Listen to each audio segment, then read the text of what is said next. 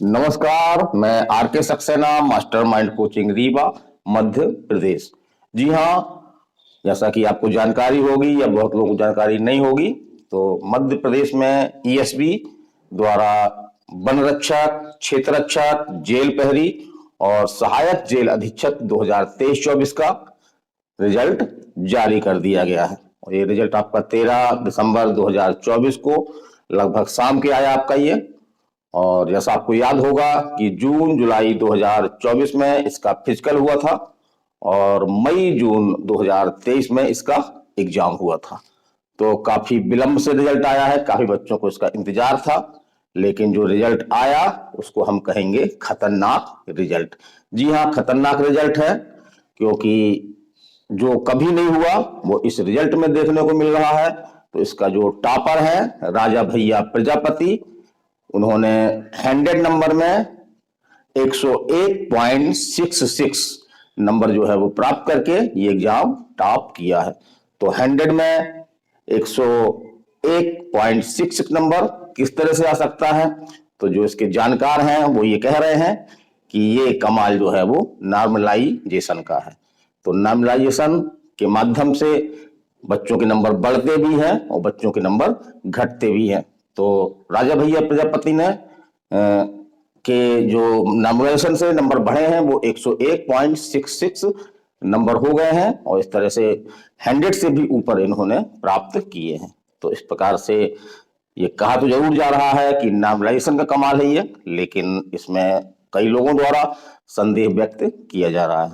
तो हमारा यही अनुरोध है कि एक बार जो है वो ऐसे रिजल्टों की, खासतौर से जो बच्चे टॉप कर रहे हैं, उनका एक बेसिक इंटरव्यू लेकर के और उसको संदेह से परे साबित किए जाने की आवश्यकता है। तो जैसा आपको जानकारी थी कि जो पदों की संख्या थी, तो आपके वन रक्षक के 1772 पद थे, जेल प्रहरी के आपके 200 पद थे, इसी तरह से क्षेत्र रक्षक फॉरेस्ट में होता है आपका ये, इसके 140 पद थे और सहायक जेल अधीक्षक के आपके 23 पद थे।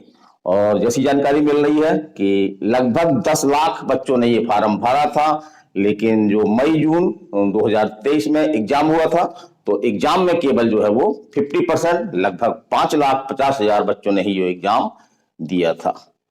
तो एक चीज और इसमें जिसकी आलोचना की जा रही है कि इस वैकेंसी में भी जो रिजल्ट आया है उसमें 87-13 का फार्मूला जो है वो लागू किया जाएगा। तो जो ओबीसी को 27% आरक्षण दिए जाने की बात की जा रही है, इसमें 14% ही आरक्षण मिलेगा। बाकी शेष जो माननीय न्यायालयों में मामले चल रहे हैं उसके आधार पर 13% पद जो है वो रोके गए हैं। यदि ओबीसी के आरक्षण 27% आरक्षण का आदेश होता है तो 13% पद जो है वो ये ओबीसी को मिल जाएंगे।